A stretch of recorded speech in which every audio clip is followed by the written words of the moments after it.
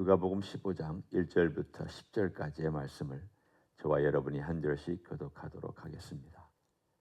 모든 세리와 죄인들이 말씀을 들으러 가까이 나아오니 바리새인과 서기관들이 수군거려 이르되 이 사람이 죄인을 영접하고 음식을 같이 먹는다 하더라. 예수께서 그들에게 이 비유로 이르시되 너희 중에 어떤 사람이 양 100마리가 있는데 그 중에 하나를 잃으면 99마리를 들여두고 그 잃은 것을 찾아내기까지 찾아다니지 아니하겠느냐. 또 찾아낸즉 즐거워 어깨에 메고 집에 와서 그 벗과 이웃을 불러 모으고 말하되 나와 함께 즐기자. 나의 잃은 양을 찾아내어노라 하리라. 내가 너희에게 이르노니 이와 같이 죄인 한 사람이 회개하면 하늘에서는 회개할 것이 없는 의인 99으로 말미암아 기뻐하는 것보다 더하리라. 어떤 여자가 10드라크마가 있는데 하나를 잃으면 등불을 켜고 집을 쓸며 찾아내기까지 부지런히 찾지 아니하겠느냐. 또 찾아낸즉 벗과 이웃을 불러 모으고 말하되 나와 함께 즐기자. 잃은 드라크마를 찾아내어노라 하리라. 내가 너에게 이르노니 이와 같이 죄인 한 사람이 회개하면 하나님의 사자들 앞에 기쁨이 되느니라. 아멘. 오늘의 이 사건, 사실은 정확하게 어디에서 또 어떤 상황에서 일어났는지는 모르지만 예수님께서 세리들과 죄인들과 같이 식사를 하시는 장면에서 이 비유가 나온 것으로 볼 수 있습니다. 늘 바리새인과 서기관들은 틈만 나면 예수님의 흠집을 잡으려고 합니다. 종교적으로 이 사람을 어떻게 걸고 넘어져야 될까를 찾아야 자기들이 정당한 것 하다는 것을 보여줄 수 있기 때문입니다. 사람들은 그렇잖아요. 내가 옳고 네가 그르다는 것을 밝혀야 속이 시원합니다. 네가 종교적으로 틀렸고 내가 종교적으로 옳다라는 것을 밝혀내야 그들의 입장도 설 것이고 백성들 앞에서 자기들이 얼마나 자랑스러운지를 보여줄 수 있기 때문에 예수님의 흠을 잡으려고 했습니다. 그 중에 하나가 오늘 본문에 나와 있는 이 사람들의 수군거림입니다. 뭐라고 수군거렸냐면 일종의 불평거리고 꿍얼꿍얼거리는 거죠. 자기들끼리 이 사람이 이래도 되겠냐. 그리고는 옆에 있는 일반 사람들에게도 예수란 사람은 아주 우리가 생각하는 그런 메시아가 될 수가 없다.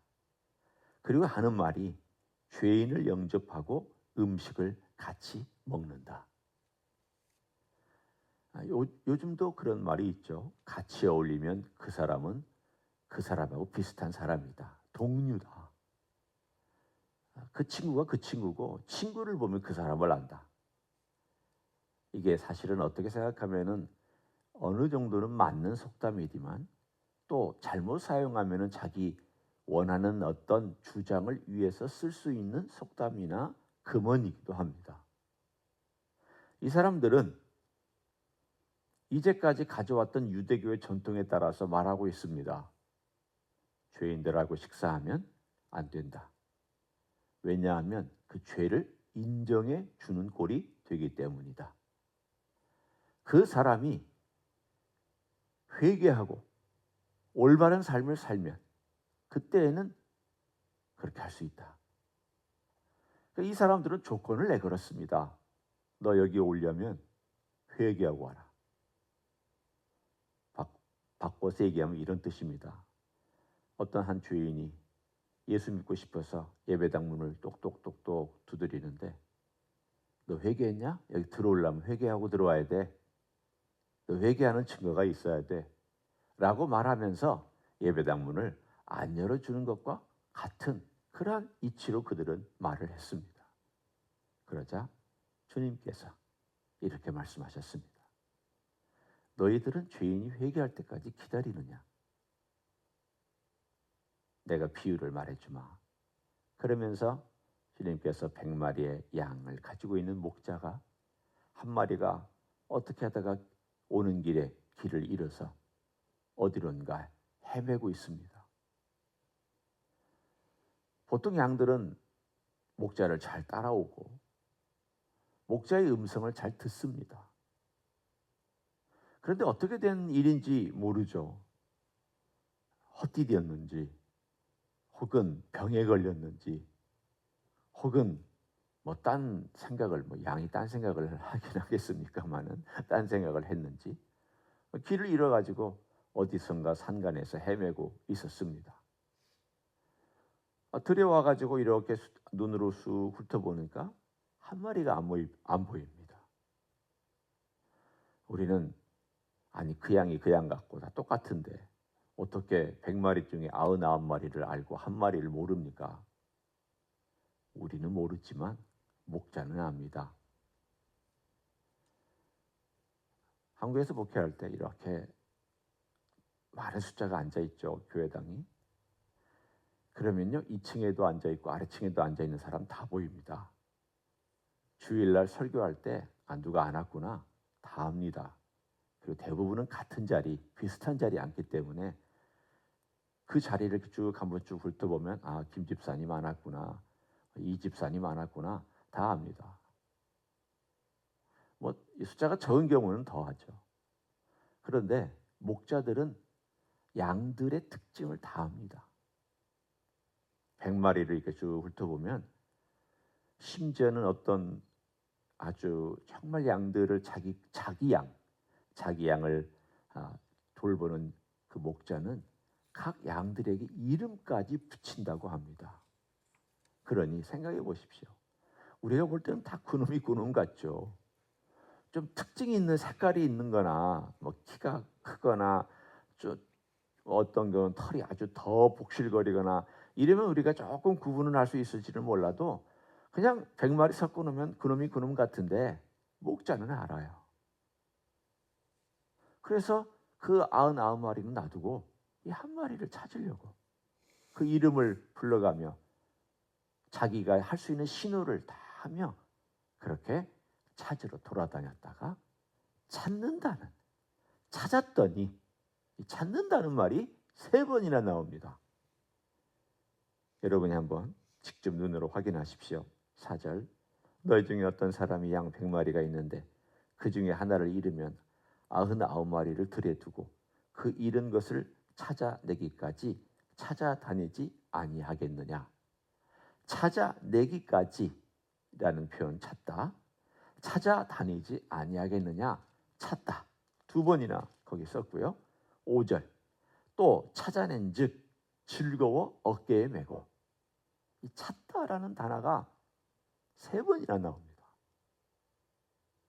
그러니까 지금 우리 주님께서는 뭐라고 말씀하셨냐면 바리새인과 서기관들에게 너희들은 조건을 걸고 그들이 찾아올 때까지 기다리고 있다.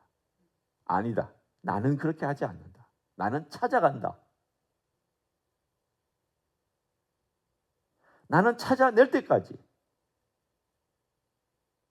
돌아다니고 이름을 부르고 소리를 지르고 어디 있느냐 어디 있느냐 라고 그렇게 열심히 전심으로 구한다.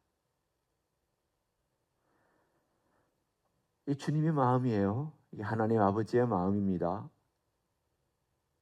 그리고 2번째 비유를 들어주셨습니다. 어떤 여자가 있는데 10드라크마가 있었습니다. 한 드라크마는 하루의 일당입니다. 그러니까 요즘으로 말하면 1시간에 보통 20불, LA 같은 경우는 20불이죠. 8시간 일하면 한 160불 정도 돼요. 10드라크마는 한 1600불에서 2000불 되는 돈이에요. 가난한 여인에게 10드라크마는 큰 돈이고요. 여성은 그 당시에 일을 못합니다. 돈 벌 수 있는 경우가 없습니다. 그러면 이 여인이 이 돈을 가지고 있다는 것은 여러 케이스가 있을 수 있지만 제일 큰 가능성은 시집 올 때 자기 아버지가 지참금으로 준 것입니다. 1세기 때 신부가 결혼할 때 목에다가 동전을 이렇게 엮어가지고 목에다가 목걸이처럼 걸어주었다고 합니다. 이거 네가 시집 가서 이 남편하고 살 때 혹시 어려운 일이 생기거나 급한 일이 생기면 이거 꼭 써라. 비상금이다. 중요할 때 써야 된다. 그럴 때 생기잖아요. 예를 들어 기근이 왔다거나 또는 농작물이 잘 안 돼서 어려움이 있다거나 또는 자기 식구 중에 누군가가 아프다거나 그러면 돈이 갑자기 들어가잖아요. 그렇게 급하게 쓰라고 자기 아버지가 혹은 남편이 줄 수도 있는 거죠. 어렵게 살아가는 가운데 열흘치 자기 그 남편이면 열흘치의 월급이고 또는 시아버지였다면 가난한 가운데 모았던 돈을 딸에게 준 것이죠. 그러니까 이 돈은 굉장히 중요한 거예요. 의미도 중요한 거예요. 그냥 액수가 중요한 게 아니라 의미가 중요합니다. 소중한 거죠. 왜냐하면 나를 사랑한 사람이 나에게 준 귀중한 선물이에요. 급할 때 쓰라고 준 귀중한 선물이란 말이죠. 근데 그 중에 하나를 잃어버렸어요. 그러니까 이건 지금 액수도 액수지만은 이 안에 담긴 의미가 더 중요해요. 그거 어디 갔냐? 어디서 찾아야 되지? 그래서 온갖 자기가 있던 물건들 다 뒤지고 쓸고 아래 쳐다보고 여기저기를 돌아다니다가 결국 이 여자가 찾았어요. 거기 보면 참 예수님께서 하시는 말씀이 재밌습니다. 등불을 켜고 집안이 어둡잖아요. 보통은 밤일 수도 있지만 낮에도 보통 이 집들은 어두우니까 등불을 켜고 구석구석을 비춰본 거예요. 요즘으로 말하면 우리 후레쉬 같은 걸로 구석구석을 이렇게 비추면서 쓸고 뭐가 혹시라도 걸리지 않을까. 그러면서 찾아내기까지 부지런히 찾지 아니하겠느냐. 여기도 2번이나 찾다라는 단어를 썼어요. 그리고 9절에 또 찾아낸즉 드디어 찾아냈습니다. 첫 번째 비유에서도 3번이나 찾다라는 단어를 썼고 2번째 비유에서도 찾다라는 단어를 썼습니다. 이것이 바로 주님께서 주시는 하나님 아버지의 마음이고 예수님의 마음입니다. 어떻게 해서 예수님께서 이 땅에 오셨느냐? 찾으러 왔잖아요. 찾으러. 예수님의 모습을 그대로 비유 가운데 말씀해 주신 거예요. 서기관들과 바리새인들은 너희들 알아서 찾아와. 회개하고 알아서 정결하게 살고 그때 되면 우리하고 같이 우리 좀 인정해 줄게. 그들은 그렇게 뒷짐지고 있었지만 예수님은 그렇게 하지 아니하고 죄인들을 찾으러 왔어요. 죄인들을 구하러 직접 왔어요. 직접 어려운 자리로 나갔어요. 산골로, 들로, 깊은 숲속으로, 어두운 곳으로, 황량한 곳으로 목자가 양을 찾듯 한 여인이 집안에서 여기저기를 뒤적거리면서 쓸고 찾고 등불을 밝혀서 숨어있는 어디인가에 있는 그 이트라크마를 찾듯 그렇게 찾았다고. 그래서 이 친구들이 내가 찾아온 이들 지금 내가 만나고 있는 거라고. 그 얘기예요.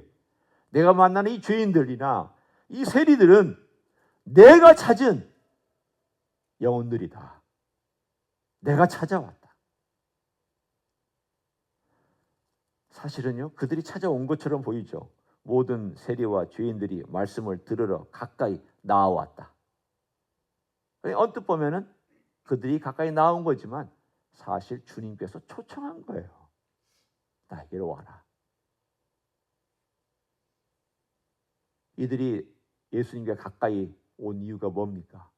환영해 주니까 온 거죠. 웰컴 하니까. 서기관들과 바리새인들은요, 웰컴 안 하죠. 멀리 하죠. 가까이 오지 말라. 너 때 묻은 손이 내게 닿을까 두렵다. 네 냄새 나는 네 몸이 가까이 올까 두려우니 너 거기 멀리 서 있어라.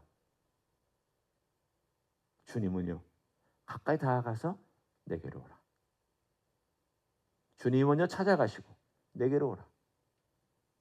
그랬더니 그들이 환영해 주는 예수님께 와서 냄새나는 몸, 제가 육체를 얘기하는 게 아니라 마음과 그들의 삶을 얘기합니다. 냄새나는 몸, 냄새나는 삶, 냄새나는 그들의 영적인 삶을 가지고 주님께 가까이 와서 주님의 말씀을 들으면서 주님과 함께 교제하면서 주님과 함께 떡을 먹으면서 그 자리에서 아, 이분이 우리를 구하러 오신 분이구나. 나 같은 죄인을 찾으러 오셨구나. 나 같은 죄인을 받아주시는구나. 그게 큰 감격이었습니다. 그 감격을 누리고 있었는데 서기관들과 바리새인들은 그 느낌과 감격이 하나도 없는 거예요. 하나도 없는 고사하고 비난하고 있었습니다. 그거를 주님께서는 오늘 이렇게 말씀하신 거예요. 두 번째 주제는, 첫 번째 주제는 찾다예요. 두 번째 주제는 즐거워한다예요. 즐거워하는 건 첫 번째 누가 즐거워하냐면 예수님이 즐거워하고 하나님께서 즐거워하시는 거예요. 즐겁다라는 거예요. 나는 이것이 즐겁다.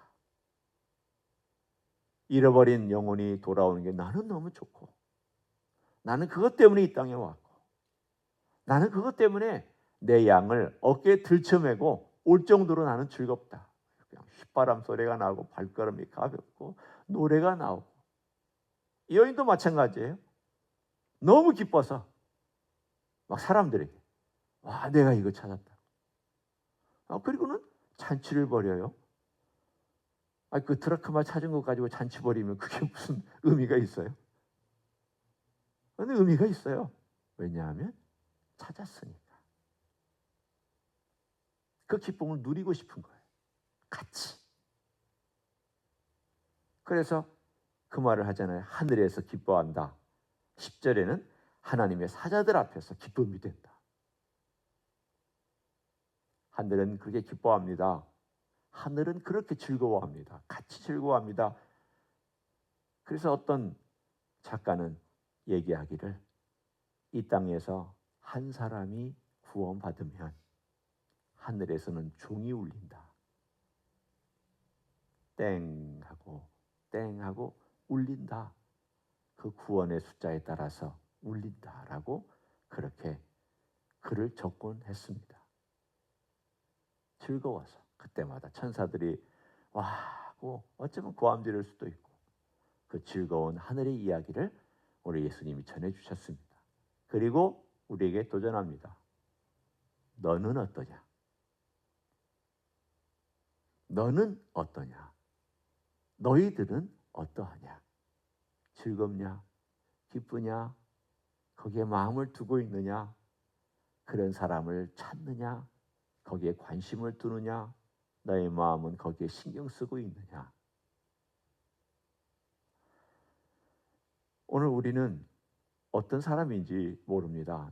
주님과 함께 같이 와서 죄인의 입장이나 세리의 입장으로 주님과 함께 교제하는 그런 부류의 사람일 수도 있고, 또는 회개할 것이 없는 의인이어서 그런 사람일 수도 있지만, 주님께서 우리에게 도전하고 있는 것은 동일합니다. 내게로 와라. 그리고 같이 즐거워하자. 죄인이면 주님께로 와야 되고, 주님께로 와서 회개해야 되고, 또한 회개하고 난 다음에 즐거워하고, 또 내 옆에서 회개한 사람이 있으면 같이 즐거워하고, 그게 천국 잔치라는 것을 오늘 우리들에게 이 두 가지 비유를 통해서 말씀해 주고 계십니다. 오늘 하루도 우리가 돌봐야 될 사람 돌보기를 원합니다. 내가 누구를 돌보는 게 좋을까? 상처받은 사람이나 어려운 사람 돌보는 것도 천국의 시민으로 할 일이고요. 혹시라도 예수를 믿지 않는 사람을 좀 돌봐주는 것도 이런 마음일 거예요. 예수님의 마음은 그런 마음이니까 그런 마음이라고 생각이 듭니다. 예수를 오래 믿으면 주변에 예수 안 믿는 사람이 별로 없어서 또 그것도 문제긴 하지만 또 기도는 할 수 있잖아요. 오래전에 내가 했던 기도 다시 가져와서 우리 주님의 마음 달라고, 주님의 마음으로 우리도 오늘 하루를 살기를 원한다고, 그렇게 하루를 주님과 함께 보내시는 여러분이 되시기를 예수님의 이름으로 간절히 축원합니다. 기도하겠습니다. 하나님 아버지, 하나님 아버지는 우리를 찾으려고 예수님을 이 땅에 보내주셨습니다. 우리를 찾으려고 말씀을 주셨습니다. 우리를 찾으려고 어떤 일들을 일으키셨습니다. 우리를 찾으려고 누군가를 보내주셨습니다. 그래서 복음을 듣고 그 복음 안에서 예수 그리스도를 나의 구세주로 영접하게 되었습니다. 주님 감사합니다. 그것이 하나님의 기쁨이었고 그것이 예수님의 기쁨이었던 것을 다시 한번 상기시킵니다. 감사를 드립니다. 이제 또 주님께서 누구에게 관심이 있으신지, 우리가 또한 그 마음을 가지고 누구에게로 나아가야 되는지, 돌봐야 되는지, 섬겨야 되는지 알게 하여 주시기를 원합니다. 잃어버린 영혼을 찾는 기쁨을 주시고 또 상처받은 영혼을 돌보는 기쁨을 주시고 아파하는 사람을 위하여 기도하거나 돌보는 귀한 마음을 허락하여 주시옵소서. 이제는 우리 구주 예수 그리스도의 은혜와 하나님 아버지의 극진하신 사랑과 성령 하나님 교통하심의 역사가 오늘도 잃어버린 영혼들과 아픈 영혼들과 힘든 영혼들을 향한 우리 주님의 마음을 다시금 품고 그렇게 살아가기를 소원하는 이 자리에 참여한 모든 종들 위에와 주임지 히스교회 위에와 이민교회들과 한국교회들과 선교사님들 위에 이제로부터 영원히 함께 하실지어다. 아멘.